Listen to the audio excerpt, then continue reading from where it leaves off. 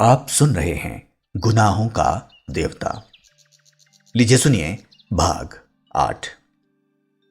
सुधा पर इन दिनों घूमना सवार था। सुबह हुई कि चप्पल पहनी और गायब। गेसु, कामिनी, प्रभा, लीला, शायद ही कोई लड़की बची होगी जिसके यहां जाकर सुधा उधम न मचा आती हो और चार सुख दुख की बातें न कराती हो। विनती को घूमना कम पसंद था। हाँ, जब कभी सुधा गेसु के यहां जाती थी तो विनती जरूर जाती थी। उसे सुधा की सभी मित्रों में गेसु सबसे ज्यादा पसंद थी। डॉक्टर शुक्ला के ब्यूरो में छुट्टी हो चुकी थी, पर वे सुधा का ब्याह तय करने की कोशिश कर रहे थे, इसलिए वे बाहर भी नहीं गए थे। चंदर 1.5 महीने तक लगातार मेहनत करने के बाद पढ़ाई लिखाई की ओर से आराम कर रहा था और उसने निश्चित कर लिया था कि अब बरसात के पहले वह किताब छुएगा नहीं। बड़े आराम के दिन कटते थे उसके। सुबह उठकर साइकिल पर गंगा नहाने जाता था और वहां अक्सर ठाकुर साहब से भी मुलाकात हो जाती थी। डॉक्टर शुक्ला ने भी कई दफे इरादा किया कि वे गंगा जी चला करें, लेकिन एक तो उनसे दिन में काम नहीं होता था, शाम को वे घूमते और सुबह उठकर किताब लिखते थे। एक दिन सुबह लिख रहे थे कि चंदर आया और उनके पैर छूकर बोला, प्रांतीय सरकार का वह पुरस्कार कल शाम को आ गया। कौन सा? वह जो उत्तर प्रांत में माता और शिशुओं की मृत्यु संख्या पर मैंने निबंध लिखा था, उसी पर। तो क्या पदक आ गया? डॉक्टर शुक्ला ने कहा। जी। अपनी जेब में से एक मखमली डिब्बा निकालकर चंदर ने दिया। पदक बहुत सुंदर था, जगमगाता हुआ स्वर्ण पदक जिसमें प्रांतीय राजमुद्रा अंकित थी। ईश्वर तुम्हें बहुत यशस्वी करे जीवन में। डॉक्टर शुक्ला ने पदक उसकी कमीज में अपने हाथों से लगा दिया। जाओ अंदर सुधा को दिखाओ। चंदर जाने लगा तो डॉक्टर साहब ने बुलाया। अच्छा, अब सुधा की शादी का इंतजाम करना है। हमसे तो कुछ होने से रहा, तुम्हीं को सब करना होगा। और सुनो, जेठ दशहरा को लड़के का भाई और मां देखने आ रही है और बहन भी आएगी गांव से। अच्छा। चंदर बैठ गया कुर्सी पर और बोला, कहाँ है लड़का, क्या करता है? लड़का शाहजहांपुर में है, घर के जमींदार है ये लोग। लड़का एमए है और अच्छे विचारों का है। उसने लिखा है कि सिर्फ 10 आदमी बारात में आएंगे, एक दिन रुकेंगे, संस्कार के बाद चले जाएंगे। सिवा लड़की के गहने कपड़े और लड़के के गहने कपड़ों के और कुछ भी नहीं स्वीकार करेंगे। अच्छा, ब्राह्मणों में से तो ऐसा कुल नहीं मिलेगा। तभी तो सुधा की किस्मत है, वरना तुम तो विनती के ससुर को देख ही चुके हो। अच्छा, जाओ सुधा से मिलाओ। वह सुधा के कमरे में आ गया। सुधा थी ही नहीं। वह आंगन में आया, देखा महाराजिन खाना बना रही है और विनती वरामदे में बुरादे की अंगीठी पर पकौड़ियां बना रही है। आइए, विनती बोली। दीदी तो गई है गेसु को बुलाने, आज गेसु की दावत है। पीढ़े पर बैठेगा, लीजिए। एक पीढ़ा चंदर की ओर विनती ने खिसका दिया। चंदर बैठ गया। विनती ने उसके हाथ में मखमली डिब्बा देखा तो पूछा, ये क्या लाए? कुछ दीदी के लिए है क्या? ये तो अंगूठी मालूम पड़ती है। अंगूठी? वह क्या दाल में मिला के खाएगी? जंगली कहीं की, उसे क्या तमीज है अंगूठी पहनने की? हमारी दीदी के लिए ऐसी बात की तो अच्छा नहीं होगा। हाँ। उसे विनती ने उसी तरह गर्दन टेढ़ी कर आंखें डुलाते हुए धमकाया। उन्हें नहीं अंगूठी पहननी आएगी तो क्या आपको आएगी? अब ब्याह में 16 सिंगार करेंगी। अच्छा, दीदी कैसी लगेगी घूंघट काट के? अभी तक तो सिर खोले चकही की तरह घूमती फिरती हैं। तुमने तो डाल ली आदत ससुराल में रहने की। चंदर ने विनती से कहा। अरे हमारा क्या? एक गहरी सांस लेते हुए विनती ने कहा, हम तो उसी के लिए बने थे, लेकिन सुधा दीदी को ब्याह शादी में ना फंसना पड़ता तो अच्छा था। दीदी इन सबके लिए नहीं बनी थी। आप मामा जी से कहते क्यों नहीं? चंदर ने कुछ जवाब नहीं दिया, चुपचाप बैठा हुआ सोचता रहा। विनती भी कढ़ाई में से पकौड़ियां निकाल निकाल कर थाली में रखने लगी। थोड़ी देर बाद जब घी में पकौड़ियां डाल चुकी थी, तब भी वह वैसे ही गुमसुम बैठा सोच रहा था। क्या सोच रहे हैं आप? नहीं बताइएगा, फिर अभी हम दीदी से कह देंगे कि बैठे बैठे सोच रहे थे। विनती बोली। क्या तुम्हारी दीदी का डर पड़ा है? चंदर ने कहा। अपने दिल से पूछिए, हमसे नहीं बन सकते आप।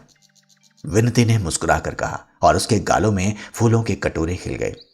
अच्छा, इस डिब्बे में क्या है? कुछ प्राइवेट?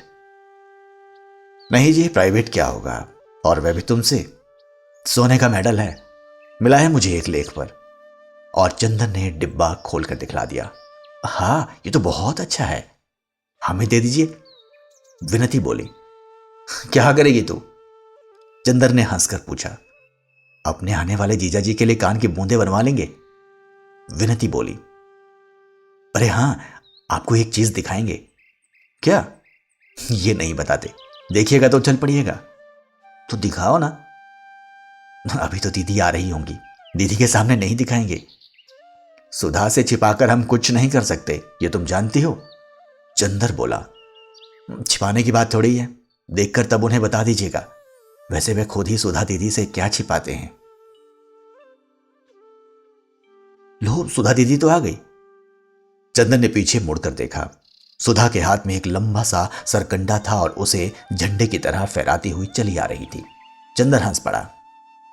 खिल गए दीदी को देखते ही, विनती बोली और एक गरम पकौड़ी चंदर के ऊपर फेंक दी। अरे बड़ी शैतान हो गई हो तुम इधर, पाजी कहीं की, चंदर बोला।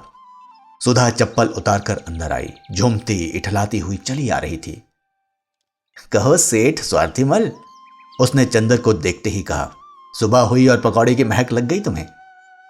पीड़ा खींचकर उसके बगल में बैठ गई और सरकंडा चंदर के हाथ पर रखते हुए बोली, लो ये गन्ना घर में बो देना और गंडेरी खाना, अच्छा। और हाथ बढ़ाकर वह डिबिया उठा ली और बोली, इसमें क्या है, खोलें या ना खोलें? अच्छा, खत तक तो हमारे बिना पूछे खोल लेती हो, इसे पूछ के खोलोगी? अरे हमने सोचा शायद इस डिबिया में पम्मी का दिल बंद हो, तुम्हारी मित्र हैं, शायद स्मृति चिन्ह में वही दे दिया हो। और सुधा ने डिबिया खोली तो उछल पड़ी। ये तो उसी निबंध पर मिला है जिसका चार्ट तुम बनाए थे। हाँ, तब तो ये हमारा है, डिबिया अपने बक्स में छिपाकर सुधा बोली। तुम्हारा तो है ही, मैं अपना कब कहता हूं, चंदन ने कहा। लगाकर देखें? और उठकर सुधा चल दी। विनती, 2 पकौड़ी तो दो। और 2 पकौड़ियां लेकर खाते हुए चंदन सुधा के कमरे में गया। देखा सुधा शीशे के सामने खड़ी है और मेडल अपनी साड़ी में लगा रही है। वह चुपचाप खड़ा होकर देखने लगा। सुधा ने मेडल लगाया और क्षण भर तनकर देखती रही, फिर उसे एक हाथ से वक्ष पर चिपका लिया और मुंह झुकाकर उसे चूम लिया। बस कर दिया ना गंदा उसे। चंदर मौका नहीं चूका और सुधा तो जैसे पानी पानी, गालों में लाज की रत्नारी लपटें फूटी और एड़ी तक धधक उठी। फौरन शीशे के पास से हट गई और बिगड़ कर बोली, चोर कहीं के, क्या देख रहे थे? विनती इतने में तस्तरी में पकौड़ी रख कर ले आई। सुधा ने झट से मेडल उतार दिया और बोली, लो रखो सहेज कर। क्यों, पहने रहो ना। ना बाबा, पराई चीज, अभी खो जाए तो डांट भरना पड़े। और मेडल चंदर की गोद में रख दिया। विनती ने धीमे से कहा, या मुरली मुरलीधर की, अधरा न धरी अधरा न धरोंगी। चंदर और सुधा दोनों झिम गए। लो, गेसु आ गई। सुधा की जान में जान आ गई। चंदर ने विनती का कान पकड़कर कहा, बहुत उल्टा सीधा बोलने लगी है। विनती ने कान छुड़ाते हुए कहा, कोई झूठ थोड़ा ही कहती हूं। चंदर चुपचाप सुधा के कमरे में पकौड़ियां खाता रहा। बगल के कमरे में सुधा, गेसु, फूल और हसरत बैठे बातें करते रहे। विनती उन लोगों को नाश्ता देती रही। उस कमरे में नाश्ता पहुंचाकर विनती एक गिलास में पानी लेकर चंदर के पास आई और पानी रखकर बोली, अभी हलवा ला रही हूं, जाना मत। और पल भर में तस्तरी में हलवा रखकर ले आई। अब मैं चल रहा हूं, चंदर ने कहा। बैठो, अभी हम एक चीज दिखाएंगे, जरा गेसु से बात कराएं। विनती बड़े भोले स्वर में बोली, आइए हसरत मियां। और पल भर में नन्हे मुन्ने से 6 वर्ष के हसरत मियां तंजेब का कुर्ता और चूड़ीदार पायजामे पर पीले रेशम की जैकेट पहने कमरे में खरगोश की तरह उछल आए। आजा वर्ष, बड़े तमीज से उन्होंने चंदर को सलाम किया। चंदर ने उसे गोद में उठाकर पास बैठा दिया। लो, हलवा खाओ हसरत। हसरत ने सिर हिला दिया और बोला, गेसु ने कहा था जाकर चंदर भाई से हमारा आदाब कहना और कुछ खाना मत। हम खाएंगे नहीं। चंदर बोला, हमारा भी नमस्ते कह दो उनसे जाकर। हसरत उठ खड़ा हुआ, हम कह आए। फिर मुड़कर बोला, आप तब तक हलवा खत्म कर देंगे? चंदर हंस पड़ा। नहीं, हम तुम्हारा इंतजार करेंगे, जाओ। हसरत सिर हिलाता हुआ चला गया। इतने में सुधा आई और बोली, गेसु की गजल सुनो यहां बैठकर। आवाज आ रही है ना? फूल भी आई है, इसलिए गेसु तुम्हारे सामने नहीं आएगी, वरना फूल अम्मी जान से शिकायत कर देगी। लेकिन मैं तुमसे मिलने को बहुत इच्छुक है। अच्छा, यहीं से सुनना बैठे बैठे। सुधा चली गई। गेसु ने गाना शुरू किया, बहुत महीन, पतली, लेकिन बेहद मीठी आवाज में, जिसमें कसक और नशा दोनों घुले मिले थे। चंदर एक तकिया टेक कर बैठ गया और उनींदा सा सुनने लगा। गजल खत्म होते ही सुधा भाग कर आई। कहो, सुन लिया ना? और उसके पीछे पीछे आया हसरत और सुधा के पैरों में लिपट कर बोला, सुधा हम हलवा नहीं खाएंगे। सुधा हंस पड़ी। पागल कहीं का, लिखा, और उसके मुंह में हलवा ठोंस दिया। हसरत को गोद में लेकर वह चंदर के पास बैठ गई और गेसु के बारे में बताने लगी। गेसु गर्मियां बिताने नैनीताल जा रही है। वहीं अख्तर की अम्मी भी आएंगी और मंगनी की रस्म वहीं पूरी करेंगे। अब वे पड़ेगी नहीं, जुलाई तक उसका निकाह हो जाएगा। कल रात की गाड़ी से जा रहे हैं ये लोग, वगैरह वगैरह। विनती बैठी बैठी गेसु और फूल से बातें करती रही। थोड़ी देर बाद सुधा उठकर चली गई। तुम जाना मत, आज खाना यहीं खाना। मैं विनती को तुम्हारे पास भेज रही हूं, उससे बातें करते रहना। थोड़ी देर बाद विनती आई। उसके हाथ में कुछ था जिसे वह अपने आंचल में छिपाए हुए थी। आई और बोली, अब दीदी नहीं है, जल्दी से देख लीजिए। क्या है? चंदन ने ताज्जुब से पूछा। जीजा जी की फोटो, विनती ने मुस्कुरा कर कहा और एक छोटी सी बहुत कलात्मक फोटो चंदर के हाथ में रख दी। अरे, ये तो मिश्र है, कॉमरेड कैलाश मिश्र। और चंदर के दिमाग में बरेली की बातें, लाठीचार्ज, सभी कुछ घूम गया। चंदर के मन में इस वक्त जाने कैसा लग रहा था। कभी बड़ा अचरज होता, कभी एक संतोष होता कि चलो सुधा के भाग्य की रेखा उसे अच्छी जगह ले गई। फिर कभी सोचता कि मिश्र इतना विचित्र स्वभाव का है, सुधा की उससे निभेगी या नहीं। फिर सोचता, नहीं, सुधा भाग्यवान है, इतना अच्छा लड़का मिलना मुश्किल था।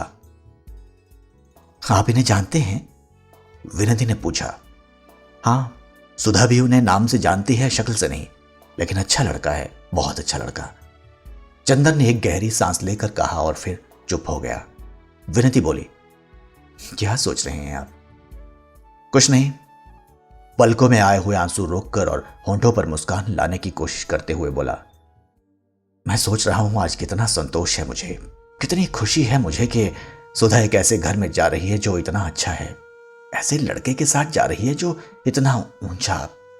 कहते ही कहते चंदर की आंखें भर आईं। विनती चंदर के पास खड़ी होकर बोली, जी चंदर बाबू, आपकी आंखों में आंसू, ये तो अच्छा नहीं लगता। जितनी पवित्रता और ऊंचाई से आपने सुधा के साथ निभाह किया है, यह तो शायद देवता भी नहीं कर पाते।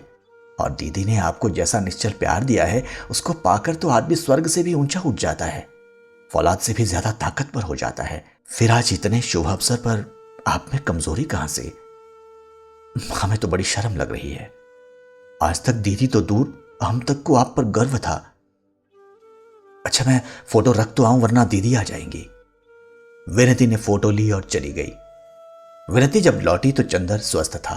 विनती की ओर क्षण भर चंदर ने देखा और कहा, मैं इसलिए नहीं रोया था विनती, मुझे यह लगा कि यहां कैसा लगेगा। खैर, जाने दो, एक दिन तो ऐसा होता ही है ना, सहना पड़ेगा। विनती बोली, हाँ सो तो है। अच्छा विनती, सुधा ने ये फोटो देखी है? चंदर ने पूछा। अभी नहीं, असल में मामा जी ने मुझसे कहा था कि ये फोटो दिखा दे सुधा को, लेकिन मेरी हिम्मत नहीं पड़ी। मैंने उनसे कह दिया कि चंदर आएंगे तो दिखा देंगे, आप जब ठीक समझे तो दिखा दें। जेठ दशहरा अगले ही मंगल को है। विनती ने कहा, अच्छा। एक गहरी सांस लेकर चंदर बोला।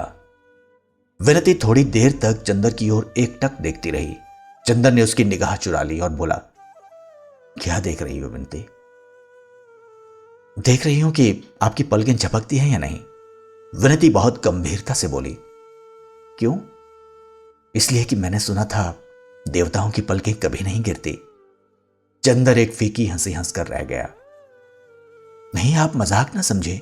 मैंने अपनी जिंदगी में जितने लोग देखे उनमें आप जैसा कोई भी नहीं मिला। कितने ऊंचे हैं आप, कितना विशाल हृदय है आपका। दीदी कितनी भाग्यशाली है। चंदर ने कुछ जवाब नहीं दिया। जाओ फोटो ले आओ, उसने कहा। आज ही दिखा दूं? जाओ खाना भी ले आओ, अब घर जाकर क्या करना है? पापा को खाना खिलाने के बाद चंदर और सुधा खाने बैठे। महाराजिन चली गई थी, इसलिए विनती सेंक सेंक कर रोटियां दे रही थी। सुधा एक रेशमी सनिया पहने चौके के अंदर खा रही थी और चंदर चौके के बाहर। सुबह के कच्चे खाने में डॉक्टर शुक्ला बहुत छूत छात का विचार रखते थे। देखो, आज विनती ने रोटी बनाई है तो कितनी मीठी लग रही है। एक तुम बनाती हो कि मालूम ही नहीं पड़ता रोटी है कि सोख्ता। चंदर ने सुधा को चिढ़ाते हुए कहा। सुधा ने हंसकर कहा, हमें विनती से लड़ाने की कोशिश कर रहे हो? विनती की हमसे जिंदगी भर लड़ाई नहीं हो सकती। अरे हम सब समझते हैं इनकी बात, विनती ने रोटी पटकते हुए कहा। और जब सुधा सिर झुकाकर खाने लगी तो विनती ने आंखों के इशारे से पूछा, कब दिखाओगे? चंदर ने सिर हिलाया और फिर सुधा से बोला, तुम उन्हें चिट्ठी लिखोगी? किन्हें? कैलाश मिश्र को, वही बरेली वाले। उन्होंने हमें खत लिखा था, उसमें तुम्हें प्रणाम लिखा था। चंदर बोला, नहीं, खतवत नहीं लिखते, उन्हें एक दफे बुलाओ तो यहां। हाँ बुलाएंगे, अब महीने 2 महीने बाद, तब तुमसे खूब परिचय करा देंगे और तुम्हें उसकी पार्टी में भी भर्ती करा देंगे। चंदर ने कहा, क्या? हम मजाक नहीं करते, हम सचमुच समाजवादी दल में शामिल होंगे। सुधा बोली, हाँ अब हम सोचते हैं कि कुछ काम करना चाहिए, बहुत खेल कूद लिए, बचपन निभा लिया। उन्होंने अपना चित्र भेजा है, देखोगी? चंदर ने जेब में हाथ डालते हुए पूछा। कहां? सुधा ने बहुत उत्सुकता से पूछा। निकालो देखें। पहले बताओ हमें क्या इनाम दोगी? बहुत मुश्किल से भेजा उन्होंने चित्र, चंदर ने कहा। इनाम देंगे इन्हें, सुधा बोली और झट से झपट कर चित्र छीन लिया। अरे छू लिया चौके में से, विनती ने दबी जबान से कहा। सुधा ने थाली छोड़ दी, अब छू गई थी वह, अब खा नहीं सकती थी। अच्छी फोटो देखी दीदी, सामने की थाली छूट गई, विनती ने कहा। सुधा ने हाथ धोकर आंचल के छोर से पकड़कर फोटो देखी और बोली, चंदर सचमुच देखो कितने अच्छे लग रहे हैं, कितना तेज है चेहरे पर, और माथा देखो कितना ऊंचा है।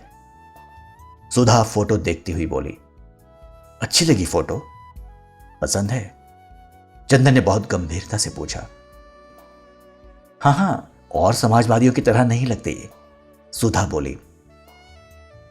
अच्छा सुधा यहां आओ। और चंदर के साथ सुधा अपने कमरे में जाकर पलंग पर बैठ गई। चंदर उसके पास बैठ गया और उसका हाथ अपने हाथ में लेकर उसकी अंगूठी घुमाते हुए बोला, सुधा एक बात कहें, मानोगी? क्या? सुधा ने बहुत दुलार और भोलेपन से पूछा। पहले बता दो कि मानोगी। चंदन ने उसकी अंगूठी की ओर एकटक देखते हुए कहा। फिर हमने कभी कोई बात तुम्हारी टाली है क्या? क्या बात है? तुम मानोगी चाहे कुछ भी हो? चंदर ने पूछा। हाँ हाँ कह तो दिया।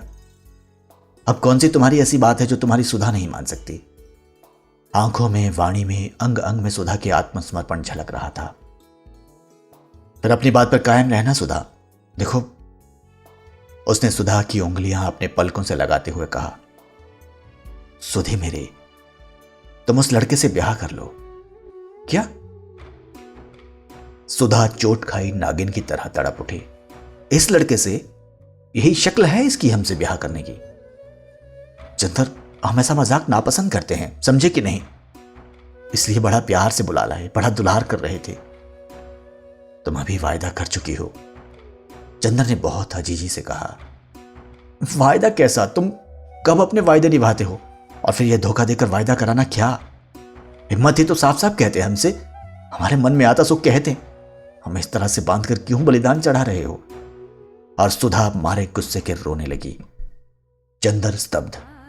उसने इस दृश्य की कल्पना ही नहीं की थी। वह क्षण भर खड़ा रहा। वह क्या कहे सुधा से, कुछ समझ ही में नहीं आता था। वह गया और रोती हुई सुधा के कंधे पर हाथ रख दिया। हटो उधर। सुधा ने बहुत रुखाई से हाथ हटा दिया और आंचल से सिर ढकती हुई बोली, मैं ब्याह नहीं करूंगी, कभी नहीं करूंगी, किसी से नहीं करूंगी। तुम सभी लोगों ने मिलकर मुझे मार डालने की ठानी है, तो मैं अभी सिर पटक कर मर जाऊंगी।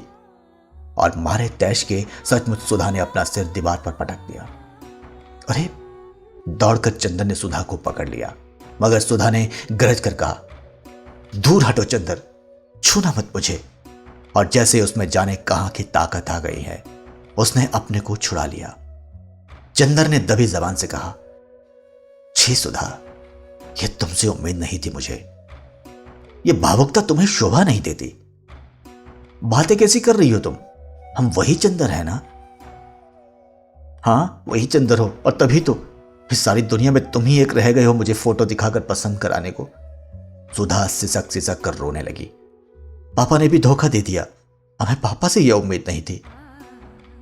पगली, कौन अपनी लड़की को हमेशा अपने पास रख पाया है? चंदर बोला। तुम चुप रहो चंदर, हमें तुम्हारी बोली जहर लगती है। सुधा, ये फोटो तुम्हें पसंद है? तुम्हारी जबान हिली कैसे? शर्म नहीं आई तुम्हें? हम कितना मानते थे पापा को, कितना मानते थे तुम्हें।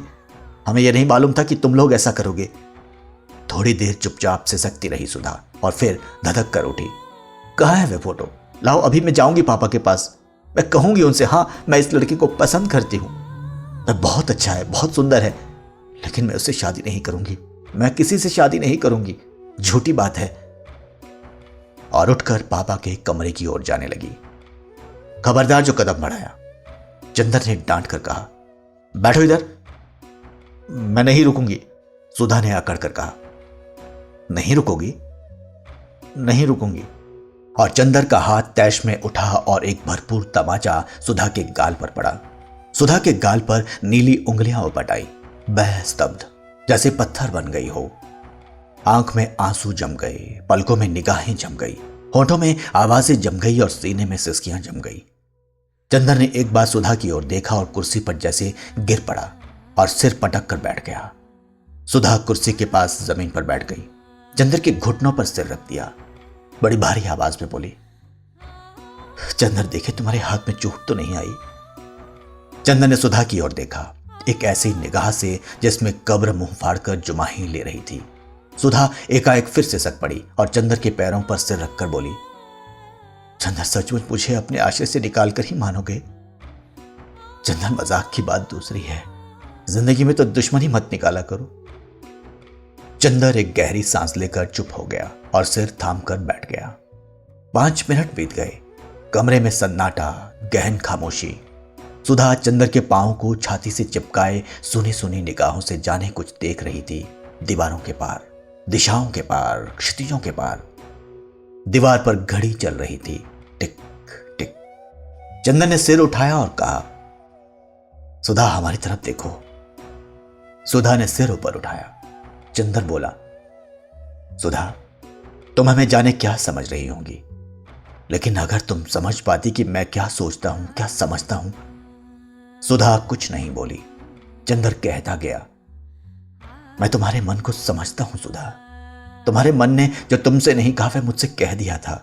लेकिन सुधा, हम दोनों एक दूसरे की जिंदगी में क्या इसीलिए आए कि एक दूसरे को कमजोर बना दें, या हम लोगों ने स्वर्ग की ऊंचाइयों पर साथ बैठकर आत्मा का संगीत सुना सिर्फ इसीलिए कि उसे अपने ब्याह की शहनाई में बदल दें?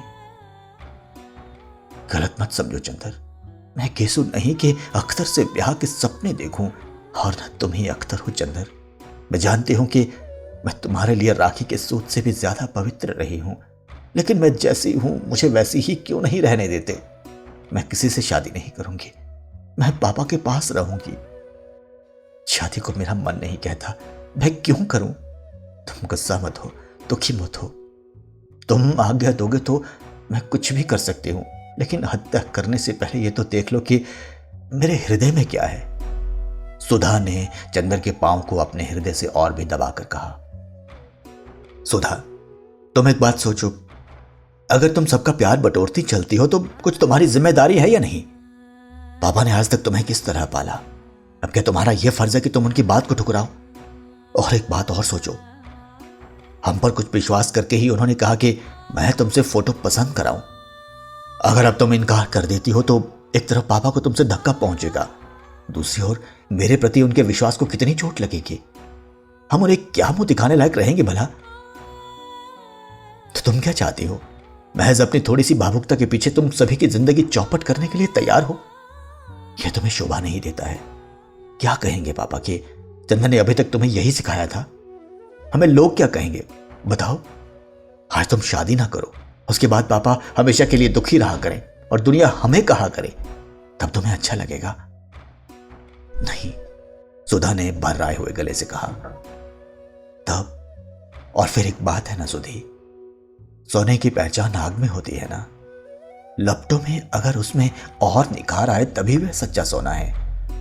सचमुच मैंने तुम्हारे व्यक्तित्व को बनाया है या तुमने मेरे व्यक्तित्व को बनाया है, ये तो तभी मालूम होगा जबकि हम लोग कठिनाइयों से, वेदनाओं से, संघर्षों से खेलें और बाद में विजयी हो। और तभी मालूम होगा कि सचमुच मैंने तुम्हारे जीवन में प्रकाश और बल दिया था। अगर सदा तुम मेरी बाहों की सीमा में रही और मैं तुम्हारी पलकों की छांव में रहा और बाहर के संघर्षों से हम लोग डरते रहे तो कायरता है। और मुझे अच्छा लगेगा कि दुनिया कहे कि मेरी सुधा, जिस पर मुझे नाज था, वह कायर है। बोलो, तुम कायर कहलाना पसंद करोगी? हाँ। सुधा ने फिर चंदर के घुटनों में मुंह छिपा लिया। क्या ये मैं सुधा के मुंह से सुन रहा हूं? छह पगले, अभी तक तेरी निगाहों ने मेरे प्राणों में अमृत भरा है और मेरी सांसों ने तेरे पंखों में तूफानों की तेजी। और हमें, तुम्हें तो आज खुश होना चाहिए कि अब सामने जो रास्ता है उसमें हम लोगों को यह सिद्ध करने का अवसर मिलेगा कि सचमुच हम लोगों ने एक दूसरे को ऊंचाई और पवित्रता दी है। मैंने आज तक तुम्हारी सहायता पर विश्वास किया था, आज क्या तुम मेरा विश्वास तोड़ दोगी? सुधा, इतनी क्रूर क्यों हो रही हो आज तुम साधारण लड़की नहीं हो, तुम ध्रुव तारा से ज्यादा प्रकाशमान हो। तुम ये क्यों चाहती हो कि दुनिया कहे सुधा भी एक साधारण सी भावुक लड़की थी और आज मैं अपने कान से सुनूं? बोलो सुधी, चंदन ने सुधा के सिर पर हाथ रखकर कहा। सुधा ने आंखें उठाई, बड़ी कातर निगाहों से चंदर की ओर देखा और सिर झुका लिया। सुधा के सिर पर हाथ फेरते हुए चंदर बोला, सुधा, मैं जानता हूं मैं तुम पर शायद बहुत सख्ती कर रहा हूं, लेकिन तुम्हारे सिवा और कौन है मेरा? बताओ, तुम्हीं पर अपना अधिकार भी आजमा सकता हूं। विश्वास करो मुझ पर सुधा, जीवन में अलगाव, दूरी, दुख और पीड़ा आदमी को महान बना सकती है। भावुकता और सुख हमें ऊंचे नहीं उठाते। बताओ सुधा, तुम्हें क्या पसंद है? मैं ऊंचा उठूं तुम्हारे विश्वास के सहारे, तुम ऊंची उठो मेरे विश्वास के सहारे। इससे अच्छा और क्या है सुधा? चाहो तो मेरे जीवन को एक पवित्र साधन बना दो, चाहो तो एक छिछली अनुभूति। सुधा ने एक गहरी सांस ली, क्षण भर घड़ी की ओर देखा और बोली, इतनी जल्दी क्या है अभी चंदर? तुम जो कहोगे मैं कर लूंगी। और फिर मैं सिसकने लगी, लेकिन इतनी जल्दी क्या है? अभी मुझे पढ़ लेने दो। नहीं, इतना अच्छा लड़का फिर मिलेगा नहीं, और इस लड़के के साथ तुम वहां पढ़ भी सकती हो।